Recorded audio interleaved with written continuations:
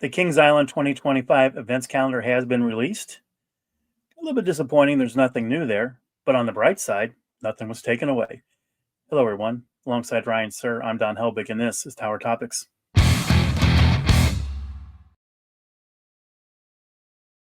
Tower Topics is a podcast by Kings Island fans for Kings Island fans, because that's who we are, and that is who we care about. Let's kick this off by thanking our Prestige members.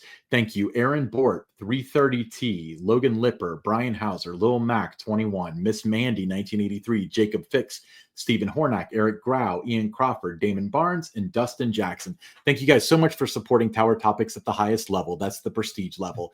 If you want to be involved in Tower Topics, there's a link in the description. Members get early access to the content, exclusive videos, exclusive live streams, and hey, some might even get some free stuff. So, Don, let's start talking about some events, man. We've been waiting for this calendar to come out for a while. We have been.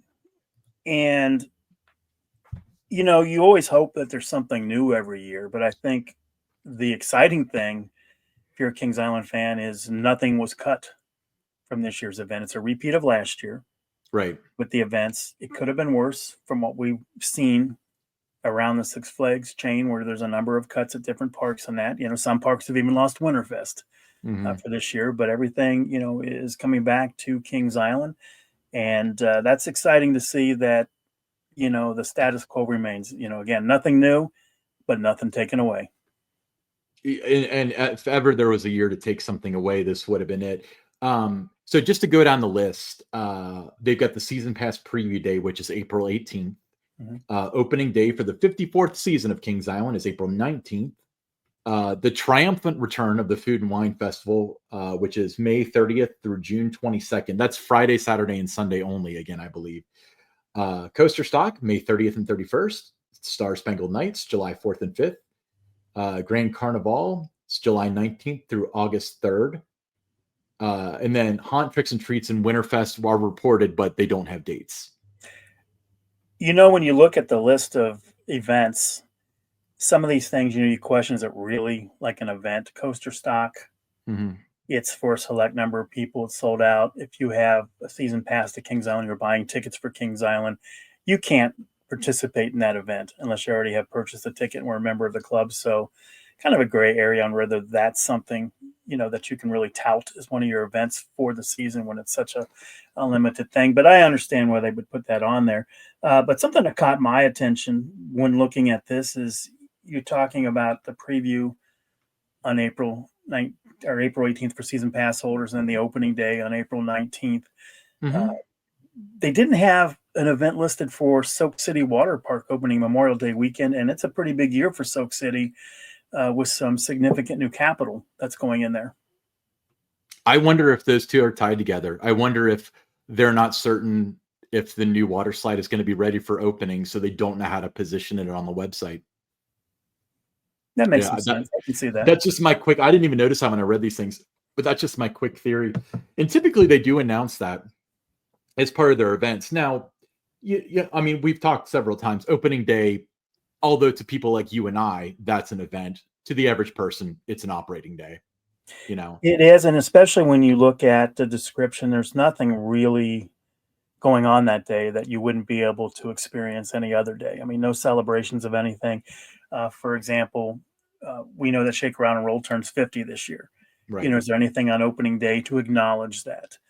Those kind of things. So there's nothing really special, at least at this time, based on the website description about opening day, other than it's opening day and it's the start of a brand new season, which is always exciting. Yeah, like I said, I think that to people that would bother to look at these events, I think that qualifies. Now, the risk that they run, this is what was coursing through my head when you were talking about Coaster Stock. My fear would be that they look on the calendar and they're like, oh, Coaster Stock, that's weekend, is that weekend. They don't read any further. They show up and they're like, where's Coaster Stock? Coaster Stock, or the other thing about it too that gets some attention is sometimes they see that and they assume that there's going to be thousands of people there, and they don't go because they think it's going to be too crowded that weekend. And it's really, a small number of people when you look at the overall attendance for that day that's going to be taking part in Coaster Stock. And a lot of things that they do happens before the park opens. there's behind the scene tours during the day when everyone else is riding rides. And there's lunches and dinners and that kind of thing. And then at night is when they have the ERT. So nothing really, even though that's, several hundred people, that doesn't really impact either day's attendance to be alarmed about and not to go those days because you think it's going to be too crowded. But I remember the years I was doing coaster stock, that was always kind of the sentiment on social media was like, oh, great, I was going to go that weekend. I'm not going to go now. It's going to be too crowded. You're going to have thousands of coaster enthusiasts there. Not the case at all. That's going to be a great weekend to go. If you're interested in going to Kings Island, will have zero impact on your experience. I remember dealing with that on KIC, and I'm sure Chris over at the Season Pass group deals with it himself, where it's like, hey, my family's thinking about coming in from Michigan. I see coaster stock is that weekend. Is it going to be overly crowded? Well, when we talk about 600 to 800 people or however many it is, there's going to be 15,000 people in the park. That's like a drop in the bucket. And as you said, most of their activities, they don't have a whole lot of free time. They've got tours and speeches and lunches and stuff like that. So I don't think it would have any kind of effect on anybody's visit. Now, food and wine coming back. I had heard recently that was the plan. If you asked me this last summer, it would not have been on my bucket list. It would not have been on my bingo card, would be more accurate.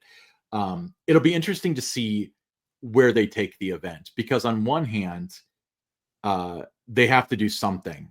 I from the outside looking at it, really looked like it flopped last year. People that were at the park anyway might have participated in food and wine, which is not the intention of the event.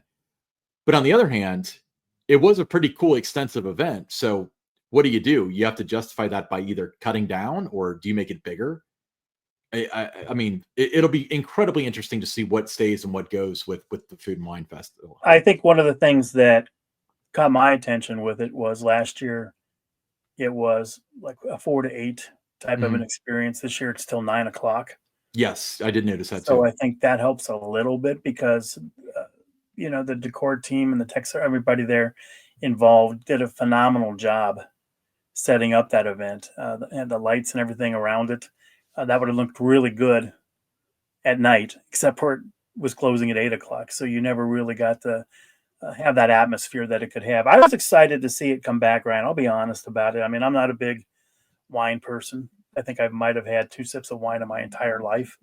And that's even growing up Catholic, right? Other things about it were, were really good. I had like the charcuterie thing for the food. I thought that was pretty good. I think the entertainment around it was good. The vibe in Tower Topics was good. So I think it has potential to be something that can grow into a stable event for Kings Island, and it's there year after year.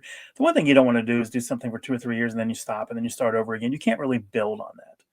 In order to build on something, you have to do more than just stick your foot in the water and see what happens. And there's been a number of events in Kings Island's past that were like that, where they stuck their foot in the water and that was it. There was no opportunity to gain any momentum for it before the rug was pulled on it. Where I'm glad that they're bringing this back again this year. I think it has, potential. I think it's something that, 4, 5, 10 years down the road, it can still be there as a staple. Things like you see at Epcot and Universal, where those events come back, Dollywood, those events come back year after year after year. And I think this can be one of those. The cool part is that Tower Gardens really, it's like it's made for this. It's the right size and it's the right atmosphere and stuff. Now, full disclosure, and I want to set the record straight with my feelings on it. I thought the event itself was awesome. They had the violin player, or if you're from Kentucky, the fiddle player. They had part of River City playing like jazz music over by like Oktoberfest. They had Hi-Fi Honey doing slower stuff. Just a lot of really, and the decor looked amazing. I will say that I got I think it was called the chef's bread basket, which was like 3 samples of bread. I was not impressed with that, but other people have said that the charcuterie and stuff was good. The thing that I would recommend is that when we talk about wine, not everybody drinks. Not everybody's old enough. Not everybody fancies it. Not everybody who drinks wine. So maybe just leaning into the food a little bit more. I think that would help. But I think too, the other piece of that is they've got to do a better job this year of creating awareness for it. Sure. Yeah. You have to get outside of just a traditional news media outlet. You need more than like a Spectrum One to come out and record, some footage of it, or you send them footage. You need to get some key influencers out that can help spread the word about this event. You got to do it the opening weekend for it. Yeah. Or it's too late. So hopefully that happens, that a little more attention is paid to that. You can find, there's literally hundreds of food bloggers, wine bloggers, they're all around the region. You just have to reach out to them and have them come out and experience the event, write about it. And I think that would really help create more awareness, because you're going to be real limited if you just try to rely on putting something on Facebook. Let's put something on X. Hey, let's do something on TikTok about it. It's on our website. People will know. You have to, look outside the box and get the people who this event would appeal to talking about it, writing about it, blogging about it, doing YouTube videos and things about it. So those are the people you have to reach out to. Hopefully they do. I agree. I've said this before, like, you can have events that go well and you can have events that go poorly, but the worst thing that can happen is that you have an event and so you got food. Let's use Food and Wine as an example, because that's the one in the forefront, and nobody shows up for Food and Wine. People show up to the park anyway, and they've got this thing going on. Because that means you just wasted your money, because the person would have showed up anyway. Right. The argument of like, but they spent money on the food and the wine and stuff. It's like, well, they also didn't buy a beer or La Rosas, Right. Exactly. So, it's cool that they're taking another swing at that. I'm really, really glad they are. I think it's a fantastic event. If you haven't been out to it, please do. I actually bought the wine tumbler. I can't reach it right now. It's sitting on my shelf because I was afraid it wouldn't come back, and I really like the logo. Grand Carnival coming back. That's another one, Ryan, that was up in the air. Yes. Some of the other parks have moved on from that and have a new event that is kind of, being installed at parks throughout the chain. So there was some talk that was going to happen at Kings Island this year. I know that there were some people at Kings Island fighting hard to keep this, because that was kind of the guest expectation that they would have this event. Sure. My thoughts are, while it's great to see that it's back this year, enjoy it this year. Yeah. Because I do not think they're going to win that battle again next year. So I have no insight, nobody, confirming either way that it's gone after this year. Just a feeling that this is the last year for it. So if it's back next year, great. Would love to see it. I hope it never goes away. But you just see what's happening elsewhere in the company, where there's the same event being rolled out at multiple parks. They want that at Kings Island. So I think this year, just go enjoy Grand Carnival. Take it all in, because it may not be back next year. And I think that would be it's either going to be that, or they bring Grand Carnival back to all the parks that had it. Because Don, if somebody asked us, what's Grand Carnival? It's the Festival of Nations. There's a parade, there's food, there's activities, there's special shows and entertainment. If you go up to somebody on International Street and say, what's Grand Carnival? They're going to say, it's when they have the parade. Yeah. And the Latin Music Festival doesn't have that. So It's going to fall into that category of the food, like, let's go to Carowinds. They're doing something today. So I'm actually in the camp of maybe Grand Carnival will come back to all those parks. Or heck, I mean, they've got the infrastructure. They might add it to more Six Flags parks. They've got like 4 fleets of parade floats or something. Well, it was my hope to try to get out to one of those other parks that's going to have this new event. Experience it and be able to have some insight about it. So if that's the direction that they do go, that you and I can speak to it and how it compares to a Grand Carnival, because we've experienced it at other parks. Sure. So hoping to be able to do that, but we'll see. Time will tell. Now the Star Spangled Nights, July 4th and 5th. So the good thing about this is it's 2 nights in a row. And presumably they're doing the big fireworks show 2 nights in a row. Just, I guess, partially by the way the calendar fell, and partially because logic is all out the door. they did fireworks on the 4th of July, which was a Thursday, and then they did like on a Wednesday, and then they did an encore presentation on like Friday or something like that last year, which was cool that they did that because their 4th of July shows have been so good the past couple of years. Yeah, they always really have been, but especially with like what they're doing with the drones and stuff. Sometimes I watch that footage. I go back and watch the footage that I took. But now, we don't have a lot of details on this. The description is, very benign. Join us for Kings Island Star Spangled Nights, the region's premier 4th of July celebration. Experience a breathtaking firework display synchronized to patriotic music, create an unforgettable show for all ages. Celebrate the spirit of our nation with dazzling lights, powerful music, and moments of pure wonder that leave you in awe. You know what word is not mentioned in there? Drones. Drones. Right. That's a little scary. I just noticed that when I was reading it. Oh. The other thing that we don't know at this point in time, it has been tradition since 1972. Will Kings Island continue that on the nights that the park closes at 10 p.m. this year, or will it be something that's victim to the budget cuts, and we're only seeing it like Friday, Saturdays, and Sundays? I certainly hope not, because the first time that you scale back on that, and it's not part of the weeknights during the summer, and you try to bring that back, that's when the neighbors all have a legit complaint and everything, because now you're doing something that wasn't there the year before. So certainly. I hope they do not remove that. I mean, it is just really, think about it. Kings Island, at the end of the night, fireworks, International Street, the atmosphere. It's always been the perfect way to cap off, just a fun and memorable day at the park. And it would seem a little flat if there weren't fireworks on those 10 o'clock closes throughout the season. And, just 10 o'clock comes, park closes, you go home. That's just not been the way at Kings Island. So I hope it's back, but there's nothing about it yet on the website, that you have the nightly fireworks. And maybe that comes, hopefully that gets posted along with the live entertainment, which has yet to be posted. I was thinking that that's what they would do. But honestly, Don, my concerns for the fireworks were really allayed when we got the calendar in which they close at 10. Because wouldn't that be a great opportunity to close at 9, Sunday through Thursday? Be like, yeah, fireworks any night at 10. It's how it's always been. I think that's what they would have done. It would have saved them way more money.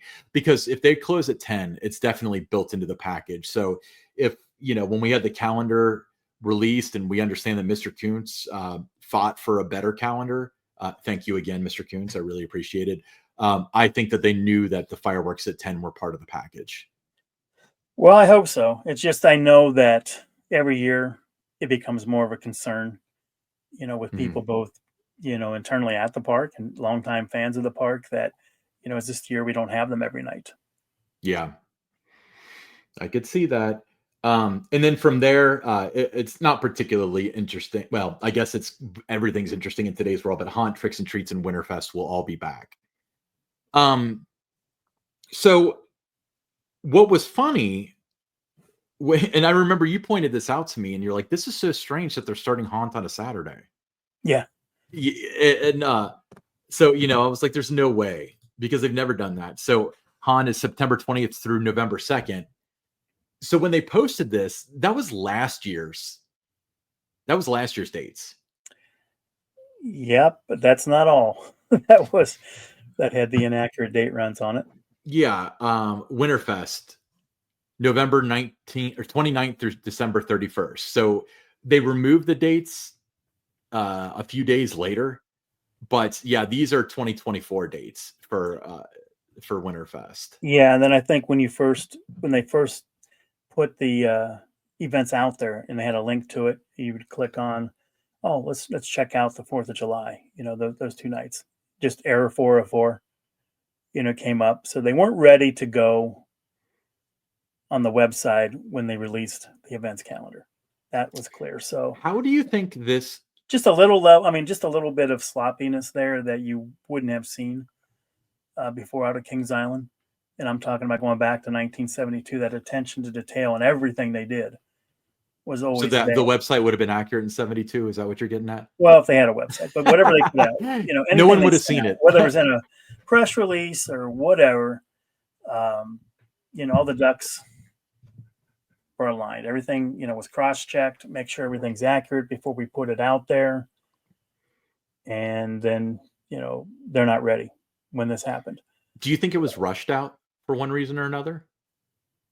I don't know. I just know that someone, dropped the ball on this, because it wasn't one, it wasn't two, it was 3 different things that had the wrong information. Well, and as you mentioned, they didn't include the opening of Soak City. I still think that maybe that's kind of lending credence to maybe they don't know if the water slide's going to be ready, because don't you Yeah, think I they can would see rather that. have the description of, oh, Soak City opens May 25th, including the brand new river racers or whatever, where they don't know if they can say that or not. I honestly, to their credit, I'd probably leave it off the list too if that was the situation. Yeah, I mean, there's a lot going on out there too, not just the river racers. I mean, there's some other construction projects and that could not be ready by the time it opens. I mean, you're at this time of the year, it's going to be weather dependent. When you come down the stretch like that, sometimes if you have a bad, March, early April, a lot of rain. There's even been snow in March, and that kind of delays you a little bit. So anything like that, can set them back. So yeah, I would understand why they didn't mention that. Right. I imagine if they put, I mean, I'm surprised they didn't put up the description from last year, but they can put it up and they can say Soak City opens for all your splash and fun or whatever, but that leads to the question, well, what about river racers? It doesn't say anything about river racers. Right. But you also don't want to imply that river racers will be open if you're not sure, because that would be another issue to have at hand.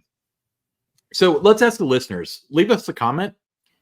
Are you excited about this event lineup? Are you disappointed? I mean, what kind of stuff did you think you were going to see and you didn't? What kind of stuff did you think was not going to come back but did? I mean, for me, it's food and wine, but what about you? We'd love to hear it. Cool. Let's do a little segment we like to call Buy or Sell. Okay, buy or sell. To maintain appearances, Kings Island claimed that Coaster Stock sold out in 7 hours, though it wasn't the case. Buy or sell. So I'm buying or selling that it's sold out. Is that what I'm? You're buying that they said essentially that they said it sold out to maintain, the sellout record, but it didn't really sell out. Okay, I'll say this. There's a little suspicion about whether it really sold out, because on a Friday, right at 5:00, the sold out sign goes up. But I do know at 4:58, you could go in and you could still purchase up to 8 tickets for the event. So 2 minutes later, it's sold out, but right on the nose at 5:00.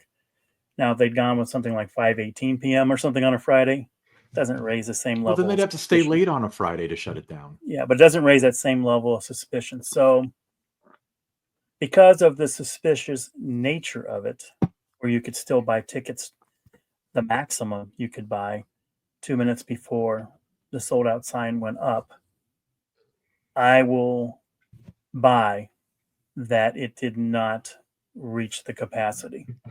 I think it got in the neighborhood, but I don't think it reached the capacity, just based on, again, the suspicion of what time that sold out sign went up and how close to that point in time that you could purchase the maximum allotment of tickets. What about you, Brian?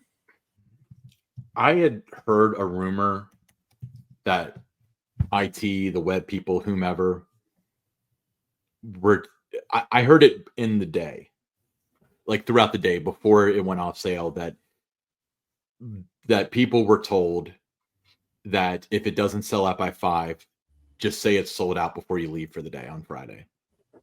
And that's perfectly in line with what we're seeing. I'm not saying it's true. I'm saying that I heard that as a rumor. And then it kind of happened. So I'm very suspicious of it. Well, how you're going to know is going to be based on the seating capacity at the catered meals. Sure. That's when you'll know. You really can't tell in the morning when everybody gets there, when the ERT sessions start, because people are kind of branched off in different areas. You can't always tell on the tours because not everybody does them. But everybody shows up for the meals. I mean, I would show up for the meals. Wouldn't you show up for the meals? Oh, the meals are outstanding at Coaster Stock. Yeah, I'd show up for it. Yeah. Okay. Well, that was a fun little buy or sell. Let's move on to some Six Flags headline news.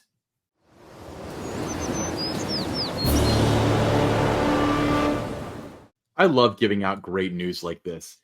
Worlds of Fun has noted on its website that Timberwolf roller coaster will not operate this year. The popular ride opened in 1991 and just recently had major track work done where they replaced the helix with a high-speed overbank 70-degree turn. So this was the statement on their web. Oh no, that's not the statement.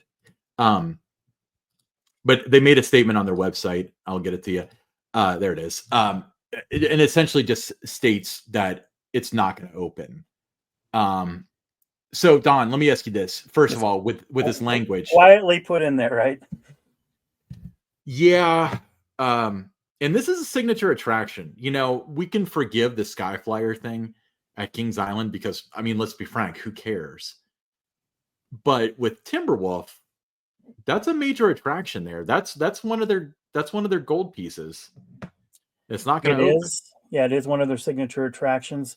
My question would be, when did you know that this was not going to operate? Did that just happen, here as we record today? Or is that something that you knew back in October, November, right when 2025 season passes were going on sale, and you just didn't want to say anything about it yet because it is a fan, I guess, favorite. So I don't know. It's disappointing news because, it would be like Kings Island shutting down Mystic Timbers for the year. Right. So, disappointing to hear, but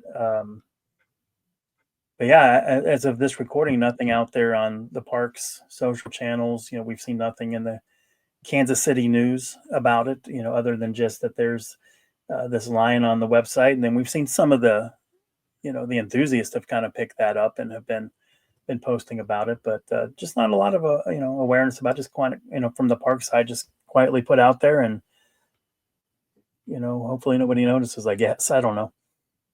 So what you're telling me is that the park statement was, sounds familiar to us. Yeah, it says it's not going to open for the 2025 season. Do you interpret that as maybe they're going to tear it down, or are you thinking RMC, or maybe like a GCI overhaul or something? I don't know that you would just, if you were going to get rid of it, you would just say it. I don't think they would. In today's world, are you sure? No. I mean, I think they might. My hope would be that they bring in the Gravity Group and let them do their thing. Yeah. On this coaster, because if they did their thing on this coaster, it would be one amazing ride. My problem with that, because I thought a lot about this, because this news broke earlier today as of this recording. But if the Gravity Group was going to do their thing, they could have done it in off season. It doesn't have to be down for the 2020. Depends on if they want pretty much the full ride or just certain sections of it. I mean, I do know that it wasn't the smoothest ride experience in the past couple of years. So sure. It does need some work. I think when they took out, one of the most thrilling elements of it was the helix at the end, and they kind of changed that and did that rebank there. Back, I think 2001 or 2021 was when they did that. It wasn't the same level of thrill for riders after that part of the ride was taken out. But it does need some love, and hopefully it gets that, and it's not just torn down, and nobody got a chance to get in their last rides again on a attraction. But I mean, there's, I've seen people, out there on social media, wishing for RMC, for that to be the conversion. Others are talking about the Titan track, and then, but for me, I would want to see the Gravity Group come in and do what they do, because, just look at what they did with the Racer, look at what they did with the Bees, look at what they've done with some other coasters that are out there. This Timberwolf has the potential. It was at one time, one of the best wooden coasters out there. It has the potential to be that again. It just needs some love. Most certainly. Now, speaking of a subject kind of like this, we did conduct a poll, and I will share it. This is on our X. You put this up. Why don't you speak to this a little bit? Well, just, with the way it's going and, the different rumors and things that are out there, with, what rides potentially could be removed from Kings Island in the years to come. And then you get, Sky Flyer happens. That creates a little bit more of an alarm that more things are going to be happening. So it was kind of, for me, let's put it out there and let's see what our audience, thinks about which ride would you be most upset about if it were removed with no notice, no chance to get in those last rides. And I guess no surprise, really. It was, without question that everybody, voted for the most part for the bat overwhelmingly. That the bat would be the most disappointing if that was removed without any kind of notification, any warning, any chance to get in those last rides. I think the bat is kind of sacred in a way, and that has 81.1% of the vote. So yeah, overwhelming support for not closing the bat and not telling us about it. Which that should be a note to the park too, that if that is going to be on the chopping block, and you do remove it, please give your guests the opportunity to come and get those final rides, a chance to say goodbye. Well, I mean, and this comes down again, and we'll certainly have to have this discussion come August, but they always try to get people to buy season passes in the fall. And I was always kind of against that because you don't know exactly what you're buying. But even more so now, you really don't know what you're buying. You don't know if your favorite ride is going to be there. Had you bought a pass to Great America at the beginning of August, you probably wouldn't have known that King of the Ka was going away. Yeah, Great Adventure there. Yeah, exactly. Or 4 or 5 other rides, that you might really like. Sure. Yeah. So, when we talk about, the Bat and Vertigo, Congo Falls, those, it may not even be, November 3rd or, January 1st or something. Like as soon as the park closes, they're like, hey, you just had your last ride. The way that they're sneaking around with this stuff, you may not find out until some 15-year-old enthusiast kid finds a demo permit on Mason's website or something, which is how we find a lot of this stuff. Yeah, you're right. But because of what's happening at other parks, I do think when you're visiting Kings Island this year, make sure on the rides that are listed on that poll that, you definitely get in all the rides that you want, so that if that does happen without any kind of notification, that you at least had that opportunity to ride it while you could. Exactly. All right. We'll be right back with the listener questions.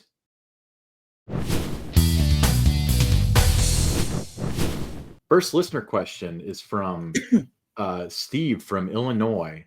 So Steve said,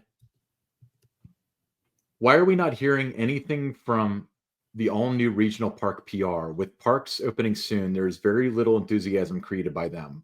Are they overwhelmed in their new role, covering multiple parks? Well, I wouldn't say that they're busy with the other parks since they didn't announce the Timberwolf thing. Yeah, I that's not an excuse that you have 2 parks that you're now covering. It's not that hard to do. It wasn't for the long run, but I had a 3-month period where I was Cedar Point and Kings Island when Gatekeeper was opening. Yeah. And opening day was, around the corner for both. One was opening a brand new ride. One was opening the Reds Hall of Fame Grill. It wasn't difficult to manage. In fact, I embraced that, being busier with the two, so that's definitely not an excuse for why you're not seeing anything. I think what is happening is in recent years with the PR people is you're losing the people that were traditional PR people, that were the storytellers that knew how to pitch different things to the media. It wasn't just, the layups, that we have opening day, we have, the water park's now opening, we're announcing a new attraction, those kind of things that the PR people that would go out of their way to find stories, the human interest stories, the other things going on around the park, in the wintertime, have the media come out on the coldest day of the year and do an update from inside the greenhouse where it's, 76 degrees, different things like that. You don't have the storytellers in those roles anymore. What you have are what I'll call messengers. They're people that they're looking at things from more of a marketing point of view versus a storytelling point of view. And when you have that, you're going to get more of the messaging. You're going to have kind of a strategic plan in place. This is when we're announcing this. This is when we're going to talk about that. This is when we're going to talk about, and everything's kind of aligned about what's coming up. Between you're hiring in January, February. We're now opening for the season. Water park's now opening. Oh, we have the Food and Wine Festival now. Oh, now it's Grand Carnival. Now it's the 2026 attraction. Oh, it's last splash of summer with Silk City daily operations ending. Oh, it's Halloween Haunt, Tricks and Treat, and it's Winterfest. And that's the playbook. So I think that's the reason that you're not seeing much out of the Six Flags parks in terms of the different news stories as the park gets ready to open, other than some of the basic stuff that you see out there, a lot of the messaging kind of things. Now there are still a couple of people involved with Six Flags that are good storytellers, and you can tell those when you're looking at either their socials, or you still see the different news articles pop up that those were things that the park probably pitched to the media, but you don't know anymore. I mean, as much as people now find things out and post themselves, and the media sees it and decides to reach out to the park and does a story. So it's a little bit different, but I really don't think it's because they're overwhelmed. Oh, we got 2 parks now, we just can't do it. That's a lame excuse. The reason would be is you have a different type of talent in those positions. They're more, seeing it from the marketing point of view, messengers versus the storytellers that had traditionally been in those positions at the parks. And I feel like maybe that also attributes to what we were discussing before, as far as, Food and Wine wasn't out there. So people come to the park as they would anyway. And they're like, oh, they're doing that. Well, the other thing about it, Ryan, is this too. Sometimes, when you look to it, who are in these positions, their background wasn't growing up in the industry, going to the industry, knowing everything, being real passionate about the industry. Right. It's a job. Some of them came, they were doing PR for an agency or marketing from some other place, or they were, marketing managers, marketing coordinators. They weren't really PR people, coming into the position. So I think that has, when you are passionate about something, and what your audience wants to consume, that also helps you, find those stories that that aren't just part of the basic messaging. But I don't, again, I don't think it's because they're definitely not overwhelmed by having multiple parks. It's not that hard. I can tell you that it's not that hard. It's just because you just have a different type of PR person in those positions. They see it differently than the traditional people did. So their question was, are they overwhelmed in their new role covering multiple parks? So your answer is no. No, they are not. But if the question was, is there excuse that they're overwhelmed? Maybe. No, it's just you could just have a different kind of person, that's now in those roles where they're, like I said, they're looking at it from the marketing point of view. They're messengers. They're not storytellers. You need storytellers to be able to get, to really drum up a lot of buzz and excitement about the things you're doing. So let me ask you this: if they're messengers and not storytellers, wouldn't that almost be like? Don't you feel like if that's all it was, that really one person could probably cover about half the United States? Yeah, Because exactly. like when you were there, when you were doing PR, as you mentioned, you were looking for the stories. It was, the family from Indianapolis, them planting grass and diamond, all that stuff that you found stories.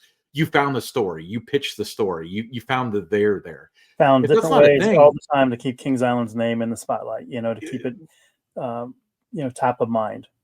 so if you, so if it's more like just a messaging thing, like I feel like I could sit here at this desk and I could run PR for 10 parks. Like, okay, when do your guys' water parks open? Oh, the same day. Okay, cool. Copy paste, send it out to the 5 locals, the newspapers, throw Spectrum One in there. It's definitely a much easier position today than it was 5 years ago, 10 years ago, 20 years ago, 30 years ago, much easier to do when it is about messaging and not storytelling. And you're right. You could sit there from your home, work from home, Ryan, and you could cover 5 to 10 different parks and just say, oh, it's opening weekend. I'm going to send out a release to these outlets. I almost think like you wouldn't even need a PR background for it. You don't. Well, I mean, the only thing I could think of is, the press releases and stuff, because formatting and that matters, but you really only need one person for that. Because if I wrote a press release, and even if it was like a child with a crayon wrote it, saying, hey, Kings Island opens for the 25 season on this date, they'd run it. It's that easy. But if we're investing $30 million for a Giga Coaster, then you have like one competent person that can actually like format it and maybe get it on the wire and stuff like that. But and you could also, there's going to be a project manager with any of these new attractions, right? Right. So you really don't even need a PR person on the ground if the media wants to come out and do a story about something. You could just have them interview the project manager, or they can interview the park GM or park president about what's going on. So you don't really need that face of the park anymore with the way they have it structured. Do you think that they'll have like one PR guy covering 2 parks in 5 years? Or do you think that, because I think it's going to go one of 2 ways. Either they're going to put the marketing back home in each of the parks, or they're going to try to push it even further where, kind of like where they have their regions now, one person will cover all of that. Because I feel like even the social too, the hard part would be getting the photos and stuff of construction, but hey, have somebody there do it for you. It's you mentioned the social, that has become so, regimented across the parks too, that you go to the different, just pick the park and it's going to be, a certain theme, maintenance Mondays. It's going to be, throwback Thursdays. And everybody's kind of doing the same thing. The originality has kind of gone out the window a little bit with some of the parks doing it that way. But you asked about down the road, what I think 5 to 10 years from now, everything goes in cycles. Sure. So I think there will come a time that they will realize that they really needed the boots on the ground in terms of, having a marketing director at the park that can have, has a pulse of what's really going on there. They're just not sitting there in a corporate office looking at numbers. They can tell what's happening there. I think, you bring back, well, PR has really changed over the years anyway. It's kind of, you had to evolve if you were a PR person. So you can almost do it now through, you got your social channels, you've got your blog, you can almost do it that way, and the media will still cover you and still write the stories. So you don't have to write that long-winded press release or anything. You can, the press release, you can retire that, never do another one, and you can get the same exact kind of coverage that you were getting before. Sure. It's not, you just need to get them to come, be looking at your social channels at your park for the different, updates and things that are happening, and the media will do those stories. Disney's a prime example of that. The stories that the media does, they normally find out, what's going on through the Disney Parks blog. Mm-hmm. And then they'll reach out to Disney. Hey, we'd like to do a story on that. So, I mean, you can get to that point to where you do it that way. And that's kind of the direction I was taking it. My final years of doing PR at Kings Island was, I knew that it was evolving. You had to be different with it. Where the media was finding their stories, was just something quick on X was going to get the same result. And I know Cedar Point, the example that, they did something where they just posted on X, just a quick update, and it went, everywhere, viral, everywhere. Same as it would have done if they'd have just sent out a press release to all those different news outlets.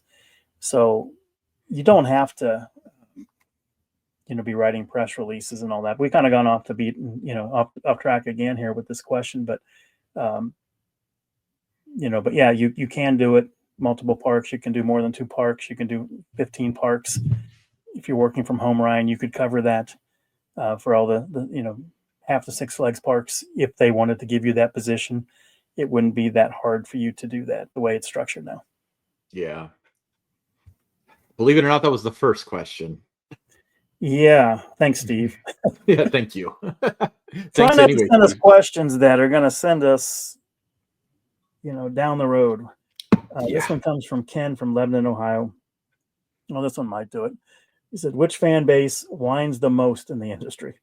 I think it's Cedar Point, but an argument can be made for Kings Island and Disney based on what I read on social media, online forums, and Reddit. So which fan base, Ryan, do you think whines the most? Disney has the loudest whiners. I'll tell you that much. It's funny that you mentioned those three. And of those three, Kings Island is by far the least guilty, I feel like. But, well, I don't even know if that's true. It's probably on par with Cedar Point. But when they kind of lose their connection with the fans, that's when you start to see that sort of thing. I mean, Disney, anything they do is never good enough. But Universal doesn't have that kind of relationship. And I wonder if people are tough on Cedar Point for the most part because maybe there's somebody that's kind of the face of Cedar Point that was rude to them personally at an event or online or, through social media or something like that. Because I think that that's so incredibly widespread with some people within the company that enough people have taken it personally. With Disney, though, Disney always has one of those things where they kind of present the fact that they're going to have perfection. And if anything that they have is anywhere slightly short of perfection, they're going to hear about it. With that being said, there are people with axe to grinds and stuff like that. There's, Inside the Tragic and, YouTube channels like that only report on negative stuff. But I think that Disney is a good example of a company that's kind of lost touch with their base, whether it's through their media or through their parks or even their cruise line and stuff like that. They really need a recalibration, and I think that they'll be able to bring that around a little bit better. What are your thoughts, Don? My thoughts are it's not a bad thing to be mentioned as one of the fan bases that whines the most, because I think that shows that there's passion, that people care about what you're doing, that they're going to be a little more critical. I think when people are critical of a park, of a sports team, I think it's because they care. That if they didn't care, they wouldn't complain or whine about it. So to me, I think if you're on this list, it's not a bad thing. Right. I really think that there are people out there that are looking for reasons to not be happy. I can't tell you how many times that, Kings Island specifically, in just my 20 or so years of being involved, where they make some sort of announcement, everybody is blown away. It's so cool. It's so awesome. And then there's always that one person. It's like, yeah, but a perfect example. There was a lot of that with Mystic Timbers when that was announced. It was. Well, yeah, and we've talked about that at length, where people were like, "It's not the tallest, it's not the." But Grand Carnival, for example, I don't remember what the complaint was, but I remember people online were like, "Oh, the parade's so cool, and the food is so good, and it's such a cool atmosphere." And then 10 comments down, there's always somebody saying like, "Yeah, but they didn't include Japan." There's always that guy. Yeah, there's always that person that's going to be there. It's going to call something out, but I don't know. For me, of these parks, I think the fan base that this is the loudest. I'm going to go with Disney. Oh yeah, hands down. Simply because of scale, though. Yeah. I don't know. They don't have their own tower topics, so who knows? No, but it's because people care.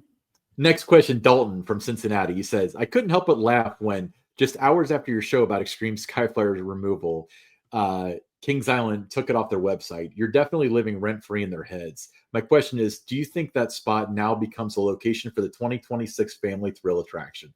Well, I don't think I understand the question. Is he asking if the Extreme Skyflyer spot is going to be the spot of the 2026 attraction, or that the spot that we occupy in their heads is going to be the spot of the 2026? I think the question is, do we think that spot now becomes the location for the 2026 Family Thrill attraction? I think there's a chance that that's where it's going to go. I think there's enough room there to work with. Obviously, when you're saying Family Thrill, we're not talking something that's 5,000-6,000 feet long. If it's a coaster, there's nothing that would say that it is going to be a coaster. So I would think, yeah, that's something that there's more room to work with there than you might think. And it's super flat, right in the front of the park. It's a really good spot. Now, if you want to go bigger scale than just like a Family Thrill right in that spot, that's when you see like the removal probably of like a Congo Falls, something. Well, they're in the process of not opening Timberwolf, so maybe they'll tear down Timberwolf. Yeah, but I do think that there's a good chance that this family thrill attraction can go in that spot. I would say there's a 51% chance.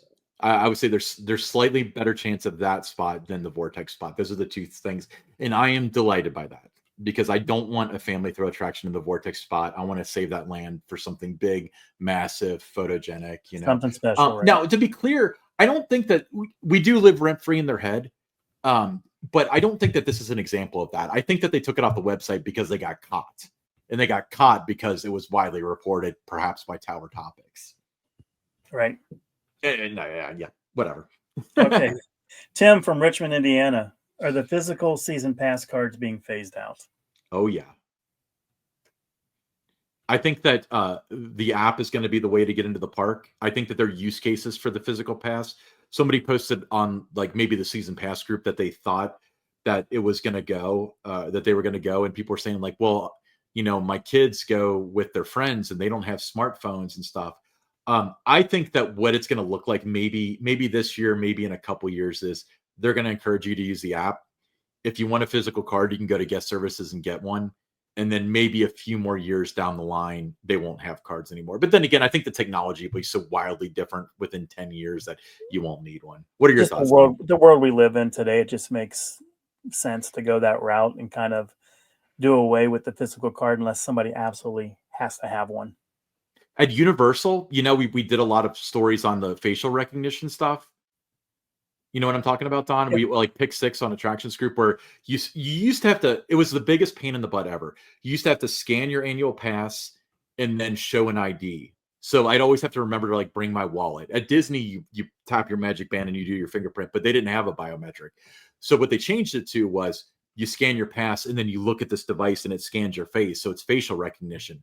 They're now piloting this thing where you don't need your pass. You walk up, you do the facial recognition, it figures out who you are. And if you've got a valid ticket or an annual pass, then you get in. So that kind of technology is probably really expensive.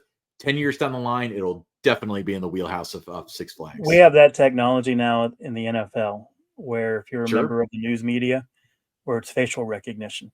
Mm-hmm. You do have your little lanyard, your credential that, shows you belong there. But at the same time, we used to have to have like a wristband and other, 3 or 4 different things to present to show that we were there.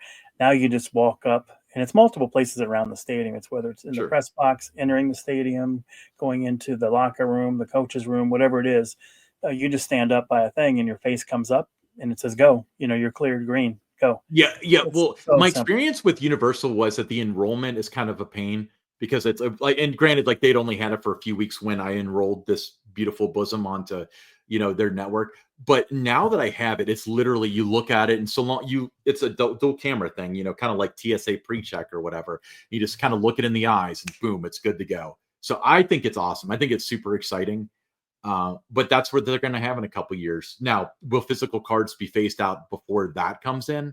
That remains for debate, but I think that as early as maybe this year, they're going to encourage you to use the app. And if you want a card, you can ask for it. All right. Well, if you have any Kings Island questions, like Tim from Richmond, Indiana had, you can submit them. You can do it via email at donhelbig@themeparksbydon.com, or you can send a message to us on our X, which is Tower_Topics. We certainly hope that you follow us there. But we love the questions that we've been receiving, and we get a influx of them every week, and a lot of them are great questions. We're happy to involve you in our show. Speaking of questions, Don, I've got questions about t-shirts. Tower Topics t-shirts. You can get one. They come in a wicked green this year. They're $22. That includes shipping. Any size that you want. All you have to do is just send us again on our Tower Topics X, Tower_Topics. Just send us a direct message that you're interested in one, or you can hit me up on that same email, donhelbig@themeparksbydon.com. I'll send you the QR code after the transaction goes through, just a matter of days before you get your shirt. And I can tell you they are among the most comfortable t-shirts that I've worn, and I know several other people are saying the same thing. So you'll absolutely love it if you get one. Yeah, order now to have it in time for Coaster Stock. But very cool, guys. I'm Ryan Sir, along with Don Helbig, and this is Tower Topics.